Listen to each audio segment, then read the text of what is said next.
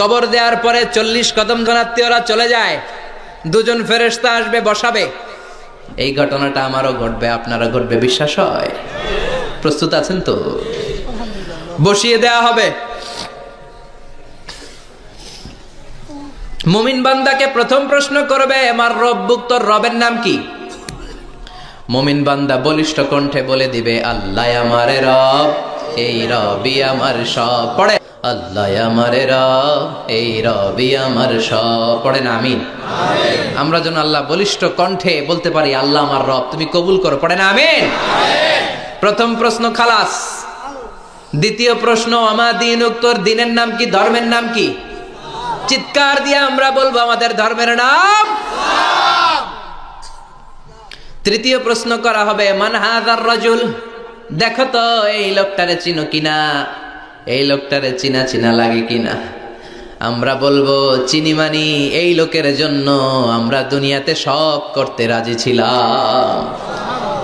এই লোকের জন্য আমরা দেহের প্রাণ ঢালা উচ্ছ্বাস ছিল আমাদের হৃদয়ে। আমাদের দেহের রক্তটুকু বিলিয়ে দিতে আমরা পৃথিবীর বুকে কুণ্ঠাবোধ করি নাই। চিল্লায় বলেন ঠিক কিনা?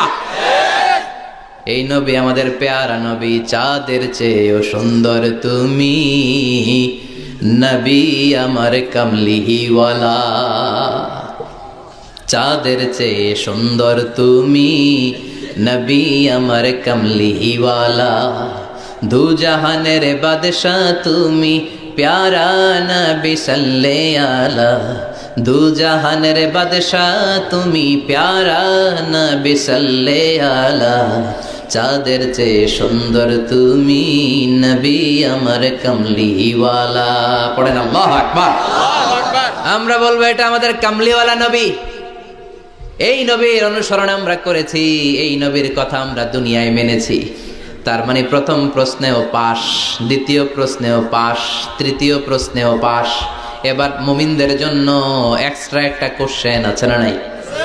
4 নাম্বার প্রশ্নটাও জেনে রাখেন, কবরে কাজে লাগবে। তখন জিজ্ঞেস করা হবে, ওমা ইলমুক, ওমা ইলমুক, what is the source of your knowledge, what is the source of your answer. এই যে 3টা প্রশ্নের উত্তর দিতে পারলা বাঘের বাচ্চার মতো, তথ্যসূত্র কি? What is the reference? করতে শিখছো? কোত্থেকে শিখেছেন বলে আসতে হবে। আমরা বলবো, আমরা কোরআন থেকে শিখেছি, হাদিস থেকে শিখেছি, মাহফিলগুলোতে জেনেছি, বয়ানগুলো থেকে শিখেছি। পড়েন সুবহানাল্লাহ। 4টা প্রশ্নের উত্তর যখন আপনি দিয়ে দিবেন, ফেরেশতারা বলবে আহলান ওয়া সাহলান, কংগ্রাচুলেশন। কি বলবে? আহলান ওয়া সাহলান মানে কংগ্রাচুলেশন, খোশ আমদেদ, খোশ আমদেদ, খোশ আমদেদ। ওয়ায়ুফসাহু লাহু কবরুহু 70 যিরান, কবরটারে 70 হাত লম্বা করে দেয়া হবে। ওয়ায়ুফতাহু লাহু বাবুন ইলাল জান্নাহ, জান্নাতের দিকে একটা দরজা সেট করে দেয়া হবে। ওই জায়গা দিয়ে, দরজা দিয়ে জান্নাতের এয়ার কন্ডিশনের ঘরগুলো থেকে ঠান্ডা হিমেল বাতাস আর সুগন্ধ এসে কবরটারে আমোদ করে দিবে। ওয়ায়ুলবাসু মিন লিবাসিল জান্নাহ, জান্নাতের চমৎকার একটা পোশাক পরিয়ে দেয়া হবে। আর বলা হবে, নাম কানাউমিল আরুস, বাসর রাতে বর যেমনি কনেকে নিয়ে আনন্দের ঘুম দেয়, তুমিও একটা ঘুম দাও। সুবহানাল্লাহ পড়েন। নাম কানাউমিল আরুস, বাসর রাতে বর যেমনি কনেকে নিয়ে ঘুমায়, ঘুমাও ঘুমাও। মধুর একটা ঘুম আপনার সেদিন হবে। ইসরাফিলের সিঙ্গার আওয়াজ, ওই হুইসেল বাজার আগ পর্যন্ত ওই ঘুম কেউ আপনার ভাঙাতে পারবে না। আল্লাহ কবরের 4টা প্রশ্ন, এগুলোর সঠিক উত্তর দিয়ে জান্নাতের পোশাক পরে আমরাও যেন ঘুমিয়ে থাকতে পারি, তৌফিক দাও। আর জোরে পড়েন আমিন। এবার নাস্তিকদের পালা, বামপন্থীদের পালা, রামপন্থীদের পালা, ইসলাম বিরোধীদের পালা, কোরআন বিরোধীদের পালা, নবী বিরোধীদের পালা। ওদের সামনে 2জন ফেরেশতা আসবে, আসওয়াদান আজরাকান, আসওয়াদান আজরাকান, নীলাভ চোখ, কালো গাত্র বর্ণের। নীলাভ চোখ, চোখগুলো নীল, গায়ের কালার হবে কালো। তাহলে কি ভয়ঙ্কর চেহারা হবে ফেরেশতা 2জনের। এসে বলবে, ওঠ, বস। মার রব্বুক, তোর রবের নাম কি? কয় জানি না। কি কয়? জানি না। লা আদ্রি, আমি জানি না। আমি অমুক নেতার পিছনে পিছনে ঘুরতাম, খালি এটা মনে আছে। আমি মাও সেতুংকে নেতা মানতাম, আমি কার্ল মার্কসকে নেতা মানতাম। আমি নেতা খেতাদের পিছনে ঘুরতাম। রব কি, ইসলাম কি, দিন কি, কিচ্ছু আমি জানি না। মাফ চাই, জানি না। দ্বিতীয় প্রশ্ন, আমা দিন, উত্তর ধর্মের নাম কি? কয় আমার কোনো ধর্ম নাই, আমার কোনো ধর্ম নাই। আমি হলাম নাস্তিক। আমি কি?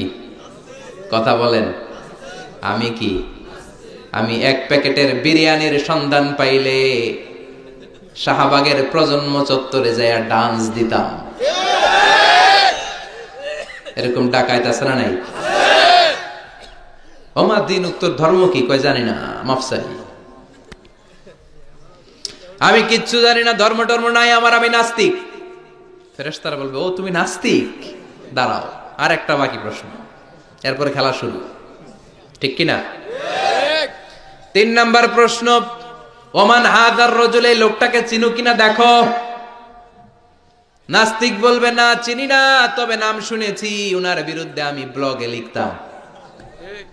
এরকম ব্লগার আছে না নাই?